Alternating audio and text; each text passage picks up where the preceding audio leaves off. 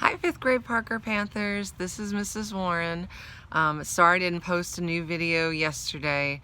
The weather was kind of not very conducive. It kept raining where I was. So today it's a nicer day. There's no rain. It's a little bit cooler and cloudy. So before I get started in reading chapter 10 in Guess, I want to talk a little bit about next week. Next week, which is going to be a short week because you have off tomorrow, which is Friday, and you have off Monday after Easter, which is next Monday. And so on those days, you do not have to go into Schoology or tune into my readings. You get a nice 4-day little weekend away from work. But anyway, next week, one of the things I'm going to be reteaching is theme. And so if you remember from lessons this year on theme is what idea is the author trying to get across to the readers after either a whole book is read, or it could even be a chapter is read, it could even be like a passage on Star. What lesson does the author want readers to learn from that particular book or story? So I'm going to read chapter 10, and while I'm reading chapter 10 aloud, I want you to be thinking that as you're listening along, what lesson am I learning from the author from chapter 10? And then again, you're going to have some theme lessons to work on next week. So let's go ahead and get started. I opened my eyes to find myself lying on the mossy ground at the foot of the tallest stone in the circle. Oh, just a little recap if you don't remember from chapter 9. So they finally get into the Darklands and they meet the Queen of the Kind Folks. And so Molly is looking for her brother. They present her with a boy, not a baby, and so Molly is having a hard time with one, trying to understand that her baby brother is now a little boy, and two, that her brother does not want to go back with her to go see Mam and Daddo. He wants to stay where he is with the kind folk. So that's where we left off on our last read. So let me get back into this again. I opened my eyes to find myself lying on the mossy ground at the foot of the tallest stone in the circle. It towered over me like a robed figure from a dimly remembered story, dark and foreboding. Ooh, foreboding, it means like kind of scary, like looking like something scary or bad's going to happen. Guess squatted beside me, stroking my face with his cold hands. "Molly, wake up, he begged. Aiden stared down at us. "On your feet," he said. "This is no place to linger," which linger means hang around. Without any help from Aiden, I struggled to stand. My legs ached with fatigue, and I was weak and dizzy. The kind folk had gone and taken Thomas with them, leaving no trace of themselves behind. Clinging to Guest's hand to steady myself, I followed Aiden slowly down the hill, trying not to slip on the damp, mossy stones. How long had I lain unconscious? Was it dusk or dawn? It was impossible to tell. The gray light and misty rain cast a perpetual twilight in the woods. Once we were on the path, Aiden found shelter in a shallow cave and set about making a fire. Guest and I huddled together and watched the flames sputter on the wet wood. "What should I do now?" I asked. Aiden didn't bother to look at me. Frowning into the fire, he said, "You heard what she said. Go home. Your brother's not of a mind to leave the kind folk. The longer we stay here, the more the danger." Aiden laid 2 potatoes on the fire. "You need to roast another," I said. "There's 3 of us." "I count 2, me and you." "You left out Guest." "Why should I cook for him?" Taking a 3rd potato from the sack, I laid it beside the other 2. I half expected Aiden to remove Guest's potato, but he left it where I put it. Imagine that. Only a few short chapters ago, she had talked about leaving Guest at the crossroads. Now she's kind of standing up for him. I think she's really developed a relationship with him, And that's important. That's showing how the character is changing in the story, or at least changing the way she thought about somebody, namely Guest. "Where have you been?" he shouted. "Where have you been?" he shouted. "The kind folk nearly killed us." My dog stepped out of the woods. "I didn't know how close you were to the stones. I'm glad to see all of you unharmed." With a smile at Guest and me, he turned to Aiden, and the two spoke together in low voices. My dog shook his head, frowned, and then sat down beside me. "Aiden tells me you were less than courteous to Her Royal Highness. Her Royal Kindness. Why must you speak your mind without giving a thought to what you say? If the Queen hated you before she met you, she hates you even more now." Aiden glanced at me. "I doubt anyone has ever spoken to the Queen as that saucepot did. Someone should stuff a rag in her mouth. She's made things worse for us all." "What did you do to help?" I asked. "Nothing. Nothing at all. You stood there and watched, even after she hit you. You don't care what happens to Thomas, or me, or anyone else." "And why should I care? Your brother can stay or go. It's all the same to me. And the toad—" "Enough, Aiden," my dog said. "It shames me to hear you speak so." Aiden poked at the fire, his face lit by the flames. He said nothing, but anger steamed from him. Guest sat down beside my dog. "I miss you. I'm happy you back." My dog grinned and looked him up and down. "You've grown," he said, and leaned closer to speak softly to Guest in the language they shared. I sat alone and stared at the glowing odds and ends of the fire. I was tired, so tired of living like a traveler, with no bed of my own and no roof over my head. Always hungry, always cold, always wet from rain and fog. This was a dreadful place, and I was sick to death of it. My dog leaned toward me. "Such a sad little face you have. Surely you've not given up hope." I fidgeted with the locket, turning it this way and that, watching it catch the light of the fire. "Thomas wants to stay with the kind folk, where he is a prince." I sniffled and rubbed my eyes, determined not to cry, but a tear escaped and another one followed, and soon they were running down my cheeks, and my chest was heaving with sobs. "Perhaps Aiden is right," my dog said. "Since Thomas wants to stay, perhaps you should let him. If we sneak away tonight, we might escape the wrath of the kind ones." "You know I can't do that. I must bring Thomas home to Mam and Daddo." Aiden spoke up from the other side of the fire. "The half-wit will be the death of us all." I jumped to my feet. "If you hate me and Guest so much, why don't you leave? We don't need you now that my dog is here." "I say, you and me both should be on our way," Aiden said to my dog. "You have business to attend to, and there's a certain lass waiting for me." A lass is another word for a girl. Okay. So he's got a girlfriend waiting for him at home. Aiden lay down with his back to the fire. Guest was asleep under his blanket. My dog and I were the only ones awake. "Why does Thomas want to stay here?" I asked him. "Why doesn't he remember me? Has the Queen cast a spell on him?" The dog gazed into the dark forest where no light shone, not even moonlight. "Thomas has lived in our kingdom so long, he remembers no place else.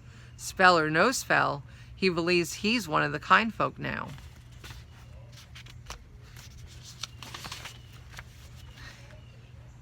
"He was a baby when they took him.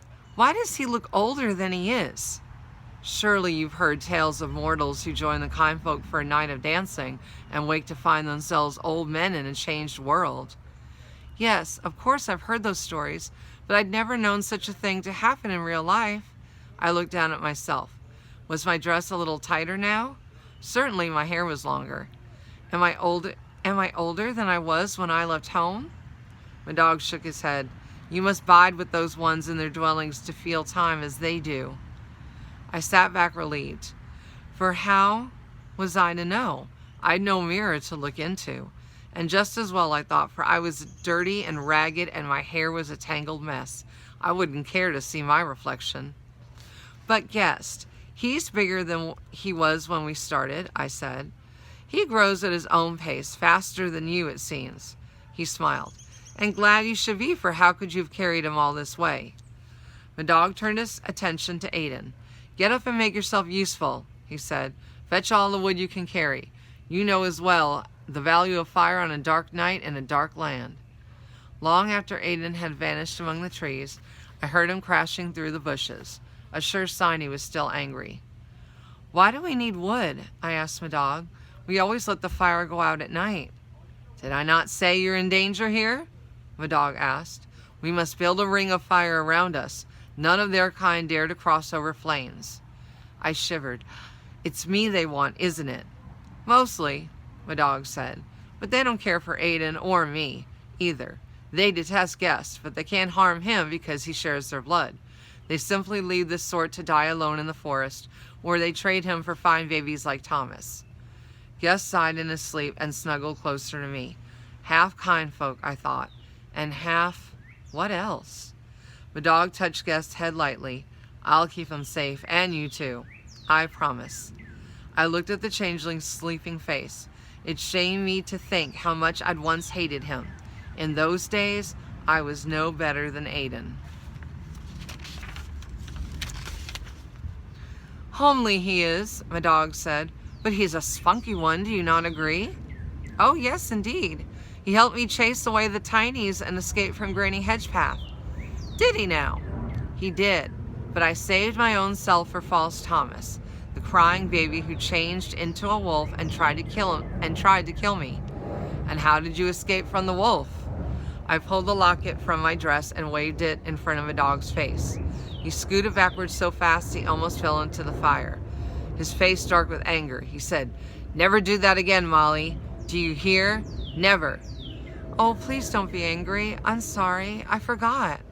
Try to remember the next time you reach for that locket. Use it on them, not me. What are you, Medog, that you touch the fear of iron? You can't be one of them, but you and Aiden are not like me. I told you, I'm a traveler. But what are travelers? I don't know what he would have said if Aiden hadn't come back with a huge armload of wood. He dumped it on the ground by the fire, which had almost burned itself out. I hope that's all you need, for it's not to my liking to stumble around the dark lands, hearing voices and strange sounds, and almost losing my way. Medog and Aiden lay the wood in a circle around our sleeping place. What, Bella? Come here. Sorry, I've got my dog whining over here. Come here. Come here. Come here. She's just going to cry and sit there and look at me. Come here. Hold on 1 second. Come here. Why are you sad? Bella, come here. Bella, come here. Oh well, she's not only sad, she's crazy. Okay, sorry, back to the story. Okay, let's see. Medog and Aiden laid the wood in a circle around our sleeping place. A good fire will protect us from whatever the kind folk send our way, Medog said. When the fire burned strong and warm, Medog told Aiden to stay and tend it. I'll collect more wood. What about her who's to blame for our plight? Aiden asked with another scowl at me. Does she not collect wood too? It's Molly's place to watch guests. Medog plunged into the shadows beyond the fire. He went as quiet as a deer and left no noise behind him. Aiden sat at a distance from Guest and me. How do you bear to be so close to that toad? Does not his stink fill your nose? Why do you dislike Guest so much? I asked. Aiden spat into the fire. Everyone despises his kind, except you, and you are clearly a simpleton, which is another way of Aiden telling Molly that she's stupid. Medog likes him. Aiden spat again, harder this time, and the gob sizzled in the ashes. He's a bigger fool than you are. Tell me something, Aiden. I wanted an answer, so I tried to speak like a grown woman, not a child being lied to.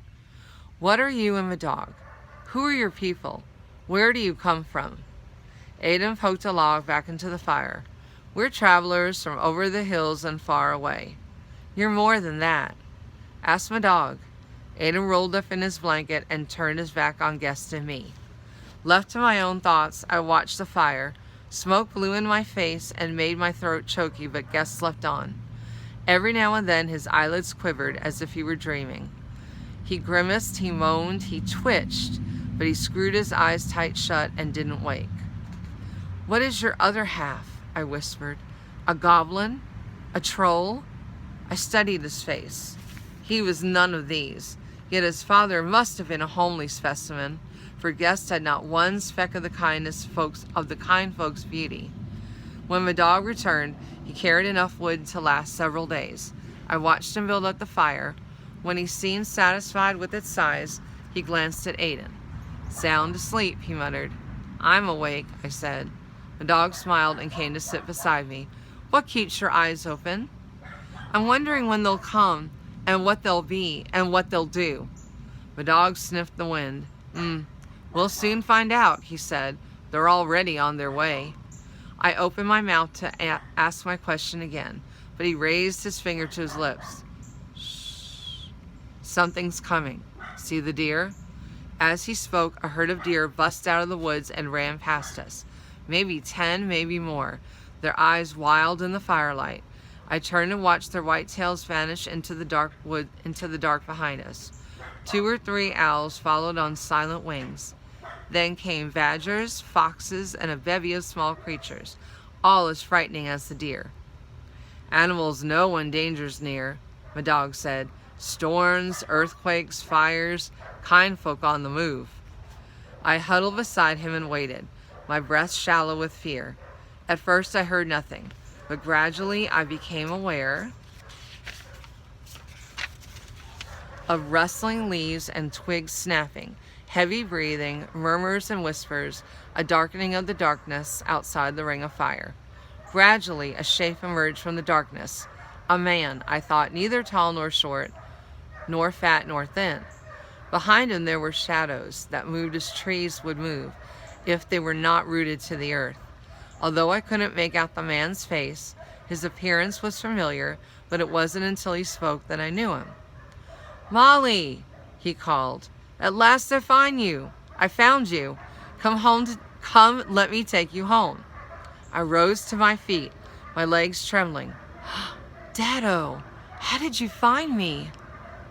"Oh, my poor child, you must be weary and cold and hungry."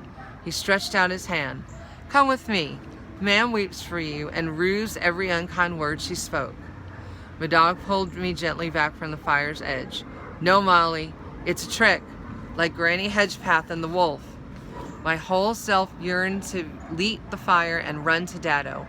I missed him for so long, and there he stood, almost close enough to touch. "My dog, you must believe me. It's no trick. I know my own father when I see him." I struggled to free my hands from his, but he was much stronger than I was. Molly, stay with me," he whispered. "Don't cross over the fire." Another figure joined Daddo. "Ma'am!" I cried. "Ma'am!" I struggled with all my might to free myself from a dog. "That's my mother!" I was crying now, fighting the dog with all my strength. "Ma'am! Ma'am!" "Molly," she called, "the kind folk have given Thomas to us. We can go home now, all 4 of us, a family again." My dog held me so tightly, my wrist felt numb. "You must see things for what they are." Excuse me. "It's not your father nor your mother, but 2 kind ones glamorized to look like them." "Do you think I don't know my own parents?" My shouts woke Guest. He jumped up and grabbed my waist. "No, Molly, don't go. Trick, trick." From beyond the flames, Ma'am cried. "Please, Molly, we're here to take you and Thomas home. Do you not want to come with us?" "Don't believe that traveler. He's a liar and a trickster," Daddo said. "Be strong, daughter. Break away from him. Run to us." What do you think Molly's going to do? I don't know. She's been fooled, 2 or 3 times already? I say that she would go again, except for that she was being held back by Guest and the dog. Let's see. My father was right. My dog was a liar and a trickster. My true parents had come for me. They had Thomas. I was going home. No one, not even the dog, could stop me. In anger, I yanked the locket from around my neck and thrust it into the dog's face. With a cry of pain, he sprang back. I jumped the fire and ran toward my parents. Behind me, the dog yelled, "The locket! Hold fast to the locket! Save yourself!" Mam and Dado waited with smiling faces and outstretched arms. "Dearest Molly," they crooned, "sweetest daughter, you'll be safe with us." When I was almost close enough to touch Mam and Dado, I saw the shadows in the forest move and shift. I heard rustlings and whispers of the clink of metal. In front of me, Mam and Dado slowly changed into a pair of the kind folk. Horrified by my stupidity, I turned to run back to my dog in the fire, but dozens of kind folk sprang out of the forest and formed a circle around me. They were beautiful, each and every one of them, man and woman both, but their eyes were cruel and their smiles wicked. Terrified, I held up the locket, but they were too far away to touch, and I was too frightened to move closer to them. "Stay away," I said. "I have iron." Laughing, they joined hands and began to dance slowly around me, moving in a strange rhythm in fast and slow steps. They chanted, "Cast away the locket. Let the locket go. Come, Molly, come. Cast away the locket. Let the locket go." As the kind folk chanted, they danced faster until they became an endless spinning blur shining in the dark. Each flowed into the other as if they were one, not many. My ears filled with their voices. I forgot my fear. I forgot the Queen's angry face. I forgot Thomas. I forgot Mam and Dado and all that I'd ever known. Slowly, my fingers lost their strength. My grip on the locket loosened. I grew dizzy, lightheaded, and tired. The circle shrank. The dancers came closer, closer, and closer. Their cloaks brushed against me like spider webs. "Let the locket go," they crooned. "Let the locket go." From far away, I heard Guest's voice on the wind, rising and falling. "Molly! Molly!" Coming to my senses, I caught the locket just as it began to fall from my hand. The dancers were close now, brushing against me, lost in their dance. Lifting the locket high, I thrust it against their shoulders, their faces, their arms, their hands. The dancers screamed in pain. They broke the circle. They sprang apart. Safe from the locket at the forest edge, they took a stand and cried out to me. "Foolish mortal, you'll never see Tigernach again. He's ours now. We will burn your barn and your house. We'll kill your crops. We'll send plague to your village." Still shouting threats, the kind folk faded away into the darkness, but their threats hung in the air as if written in flames. I leapt over the fire and fell to the ground. Weeping tears of anger and pain, Guest knelt beside me and stroked my hair. "Oh, Molly," the dog said, "when will you learn?" I forced myself to look at him. He was indeed angry, and I lowered my head in shame. The way they looked, the words they spoke, how was I to know what they really were? "Have you not already forgotten Granny and the baby you thought was Thomas?" Aiden looked across the fire at me. Like most mortals, she sees what she wants to see. I clutched my dog's arm. "They cannot do what they said. "Of course they can," the dog said, "and much more if they have a mind to. You have enraged them, Molly. They will seek revenge against you and your people." I heard Aiden snort scornfully. "But my dog—" "Lie down." He spoke in a harsh voice I'd never heard him use. "Go to sleep. I've had enough of you for tonight." "Sleep here, Molly." Guest patted the ground beside me. I lay next to him and took his hand. "You saved me." "Oh, I'm sorry. I'm Molly now." "You saved me," I whispered. If you hadn't called my name, I'd have dropped the locket and they would have captured me." Guest smiled. "I shout loud. A big shout. The shoutiest shout I ever made." I like that. The shoutiest shout. "Thank you. You're a good friend, Guest. Maybe my only friend tonight." "The dog is mad now, but soon he won't be mad." Gus yawned and curled up close to me. He drifted off to sleep. I lay awake until almost dawn, afraid to close my eyes, lest the flames die and the kind folk return.